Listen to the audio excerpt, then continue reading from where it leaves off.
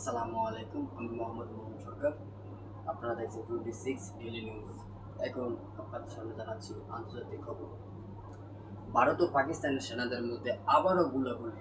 ভারত ও পাকিস্তানের সেনাদের মধ্যে নিয়ন্ত্রণ রেখায় এলওসি গতকাল শনিবার দিবাগত রাতে আবারও গোলাগুলি হয়েছে। এই নিয়ে ধারাবাহিকভাবে তৃতীয় রাতের মতো গোলাগুলি হলো। ভারতীয় সেনাবাহিনী আজ রোববার এই কথা জানিয়েছে। গত মঙ্গলবার কাশ্মীরের পেহেলগামে পর্যটকদের ওপর হামলাকে কেন্দ্র করে ভারত ও পাকিস্তানের মধ্যকার সম্পর্ক গত কয়েক বছরের মধ্যে সবচেয়ে তলানিতে এসে উঠেছে। ভারতের অভিযোগ, পাকিস্তানের অসীমান্ত সন্ত্রাসবাদকে সমর্থন দিচ্ছে, তবে পাকিস্তান এই হামলার জড়িত থাকার কথা অস্বীকার করেছে। এই নিয়ে ভারতের যে কোনো পদক্ষেপের বিরুদ্ধে পাল্টা ব্যবস্থা নেওয়ার ঘোষণা দিয়েছে এই দেশটি।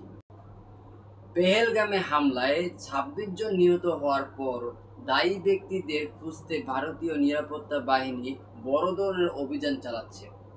ভারতীয় পুলিশের দাবি, পলাতক বন্দুকধারীদের মধ্যে ২ জন পাকিস্তানি নাগরিক। আজ রোববার ভারতীয় সেনাবাহিনী দাবি করে, নিয়ন্ত্রণ রেখায় পাকিস্তানি সেনারা বিনা উস্কানিতে গুলি ছুড়লেন। জবাবে ভারতীয় সেনারা পাল্টে গুলি ছুড়লেন। পেহেলগামের ঘটনায় নয়াদিল্লি এই দুই দেশের মধ্যকার ঐতিহাসিক সিন্ধু পানি বন্টন চুক্তি স্থগিত করেছে। পাকিস্তানের সঙ্গে তাদের প্রধান স্থলসীমা বন্ধ করে দিয়েছে, কূটনৈতিক সম্পর্ক কমিয়েছে ও পাকিস্তানের ভিসা প্রত্যাহার করেছে।